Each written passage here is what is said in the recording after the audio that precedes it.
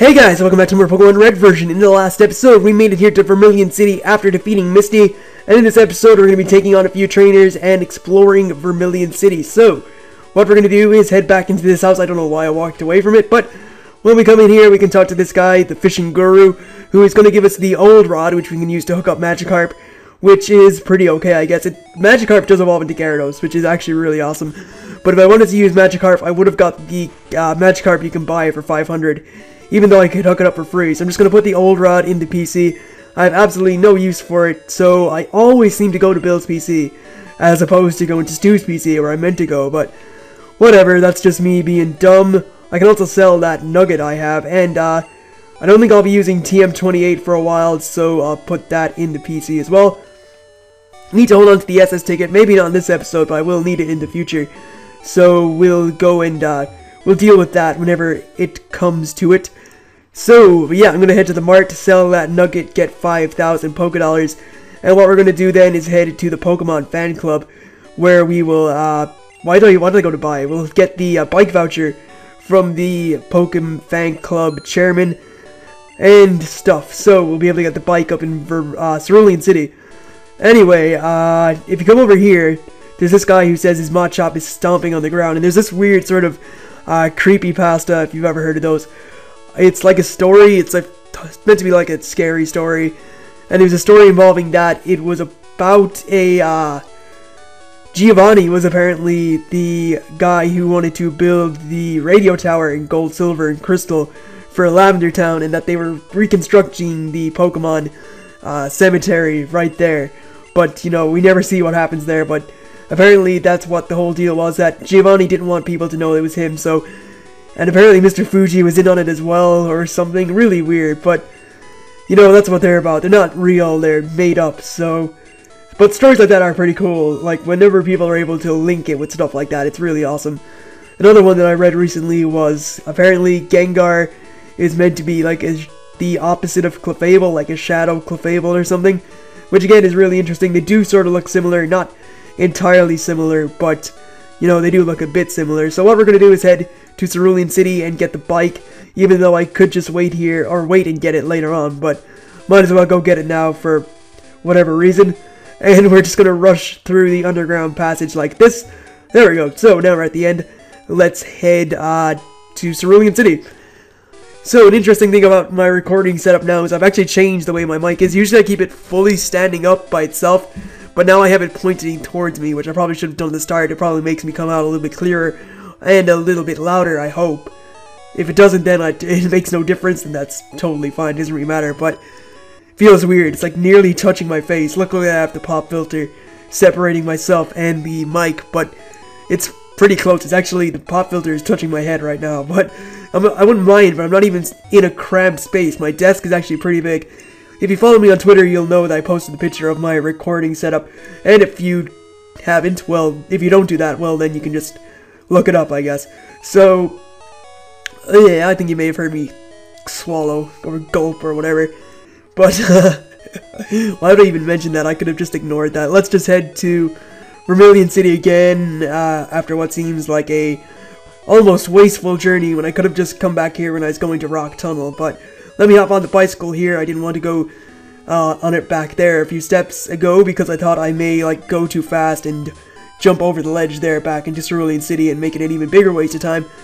But let's just head all the way down here. It does make traveling a lot faster, even though that when you have this speed up button, it really doesn't make too much of a difference. So let's just run down here. You can use the bike down there too, but again, if you have the speed up, when you use the speed up button, it doesn't make it much of a difference. It's like you get there quick enough. But again, if you just want to go that extra boost of speed, then you can use the bike. Anyway, let's head past the Diglett Cave, which is around this corner, and head over to the next route, which name I can't remember. I think it's, is it here? Notice, Route 12. Yeah, Route 12. No, Route 12 is the way down, I think. I'm very confused on what this route is, so, yeah, I apologize for that. Anyway, let me see who I have at the front. I think it's Pikachu. Yeah, we'll go with Pikachu, that's fine. Take on this trainer, and we can get started on the route. So, he doesn't want me to cheat. I'm not going to cheat, even though I already cheated to get my Alakazam. But still, it's not cheating. I needed to do that. It It's a life or death situation. So Ekans, 2 Thunder Shocks is going to take that out. No, 3 and a quick 2 and a quick attack. But we did get the paralysis, which I think got fully paralyzed twice, which is awesome. And now we can head down here because there's a trainer with a Poliwag and a Horsey. This guy. And we should be able to take them out no problem. So 2 Thunder Shocks on Poliwag and 2 on Horsey as well. Both of which, I think, both of them use Bubble, which didn't do any damage really to Pikachu, which is awesome. And I think the next trainer up here is going to have a Sandshrew, in which case I should switch to Clefable, or I could go to Ivysaur. We'll go to Clefable though. Clefable does have Bubble Beam now, so we'll use it against this guy and his Sandshrew. He may have more than one, I can't remember. I know he definitely has one Sandshrew, unless I'm getting him mixed up with someone else. We'll see. He does have a Sandshrew, so Bubble Beam takes out in 1 hit.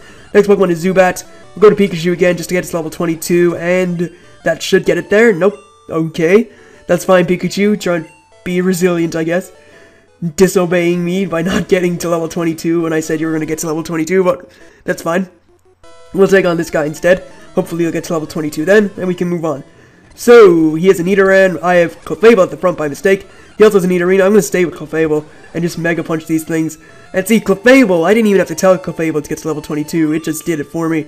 Because Clefable is great. So, I think this guy may have Oddishes and stuff, so I'm going to switch Alakazam to the front. A lot of the stuff I'm doing here is from memory, so you'll have to excuse any mistakes on terms of Pokemon. And he does have a Bellsprout, which gets taken out with that. And level 22 for Alakazam, and Oddish gets taken out as well. Because Alakazam is a freaking powerhouse of a Pokemon. Anyway, there's a lot of trainers we can battle here. This guy has a Growlithe and a Vulpix, I think. So I'm going to heal up Pikachu. Pikachu should be able to handle at least one of those. I don't have any healing items, though, which is not good. I should stock up on those before I go to the SSN, or before I go to the gym, which I have to do next. But we'll just take him on anyway. He has a Growlithe. We'll go for a quick attack. That is, he used Roar, I think. And we take it out. Sweet. Pikachu goes level 22. Awesome. And, we'll go to Clefable. Bubble Beam is a 2-hit KO. Yeah, I should have went for Bubble Beam again. We'll go for Double Slap, 1-hit KO. There we go. Well, it was a 2-hit KO still, but whatever. You know what I mean. Sometimes I think my commentary is the stupidest thing in the universe. I swear, I say so much stupid stuff, and I mess up so much, but as long as you guys enjoy it, I really don't mind. So, Youngster here has a... just take out my Pikachu, whatever. I forgot what Pokemon he even had. So, Vine Whip on that. Vine Whip on the next one. Vine Whip on the Leafeon on the Raticate. Then Vine Whip on the Raticate. And, yeah, we'll be able to live one more Hyper Fang. No, we don't even need to live one because he missed, or he didn't even use it. And level 22 for Ivysaur. Trying to learn Poison Powder. Not going to teach it. Not the greatest move. I prefer Sleep Powder, personally, just because I can use Sleep Powder and then start attacking. And there we go. We defeat that Youngster. And I believe there is a hidden item over here. I think it's an escape rope. Yes, it is. Wow, I'm getting better. I'm remembering stuff. It's all coming back to me. So let's take on this guy. I think I still have I have Clefable at the front now, but it doesn't really matter. So he has a Voltorb. We'll go for Mega Punch. That's a 2-hit KO. Bubble Beam. We'll finish it off. Magnemite is next. Bubble Beam didn't do too much. Double Slap. We'll take it out. This Clefable is actually surprisingly powerful. I thought it was going to be pretty weak, but it's actually rather good. So yeah, that's great. Thanks to the person or people who recommended Clefairy to me to use, because Clefable has actually been proven to be pretty good. So next up, we have an Engineer with a Magnemite. In this generation, Magnemite is only electric type, so don't need to worry about Steel. Gonna go to Alakazam next, and Confusion the both of his what am I trying to say? Confusion is Magnemite and his Magneton, and level 23 for Alakazam, who seems to be getting up levels like nobody else's business. And wow, this is actually, he's leveling up really fast, to my surprise. So if you go upstairs into that sort of building we saw, you can get the item finder if you've caught 30 Pokemon. So what I'm going to do is probably catch a few Pokemon off screen. I've already done it already, but I'll probably catch and evolve a few Pokemon off screen, get them from my Pokedex, just so I can get all the items like the Experience All and the item finder and stuff. So, level 21 Magnemite, we're going to go for Leech Seed and get some HP back. I know Magnemite can't do much to Ivysaur, except for Sonic Boom, which does 20 HP, but we still took it out anyway. And that is all my Pokemon on level 22, actually, which is good.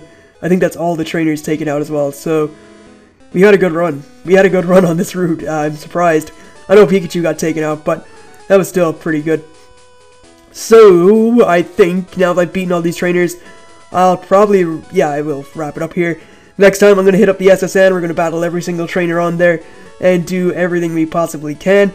I'll probably catch a lot of Pokemon off screen, like I said, to level them up, so they will evolve. And then in the, whenever I get to a certain amount of Pokemon, I'll go back and get the items that I missed. And when I have the item finder, I'll try and find every single item in the game, because I'll try and do these all 100%, I guess.